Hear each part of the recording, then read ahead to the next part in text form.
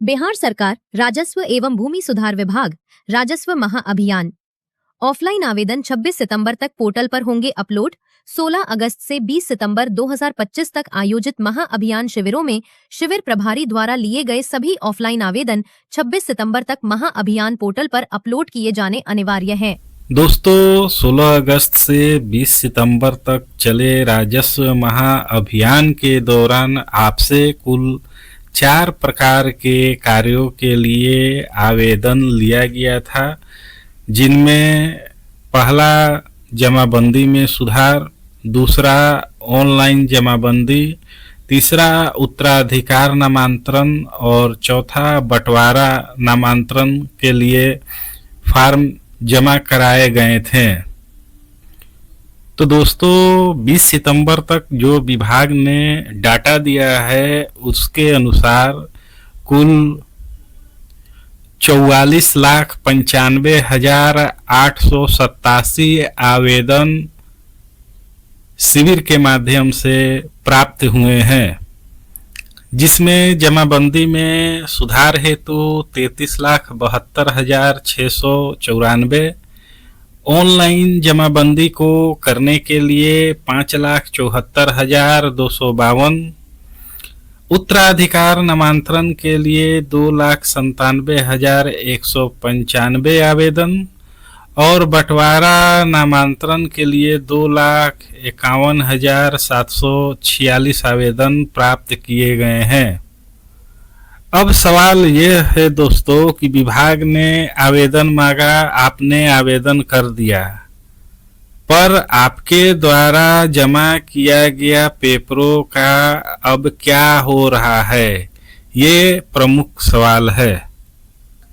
क्या आपके द्वारा दिया गया पेपर में सुधार होगा या फिर बोरे में भरकर ऑफिस के किसी कोने में रख दिया जाएगा, या फिर कोई कारण बताकर आपके फॉर्म को रिजेक्ट कर दिया जाएगा।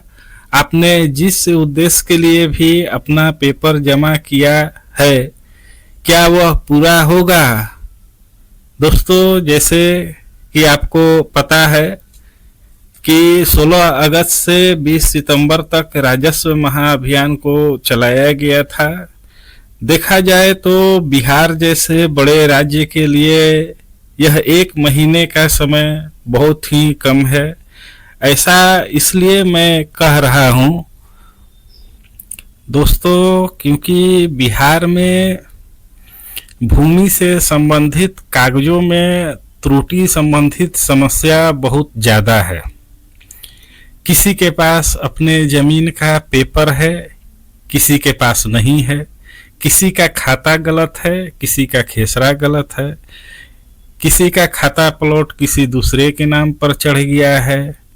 अब जब सरकार ने राजस्व महाअभियान की तिथि का घोषणा किया तो लोगों ने आनन फानन में अपने अपने फॉर्म को भरकर विभाग द्वारा तय तिथि को आवेदन अपना जमा कर दिया।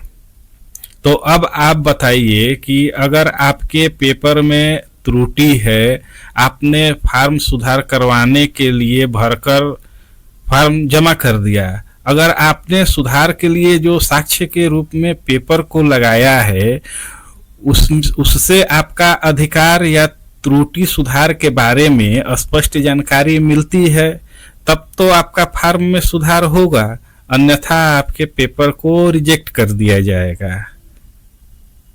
अब आपके मन में यह सवाल उठ रहा होगा कि हमने जो आवेदन किया है उसके बारे में कुछ भी पता नहीं चल रहा है, न तो मोबाइल पर एसएमएस आ रहा है और न ही इस संबंध में विभाग का कोई नोटिस जारी हो रहा है।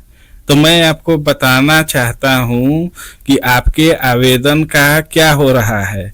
जैसे कि आपको पता है, जिस समय राजस्व महाअभियान चल रहा था उस समय जितने भी सर्वेक्षण कर्मी थे वे हड़ताल पर चले गए थे और वे लंबे समय तक हड़ताल पर बैठे रहे, जिसके चलते राजस्व महाअभियान के संचालन में मैन पावर की कमी हो गई थी।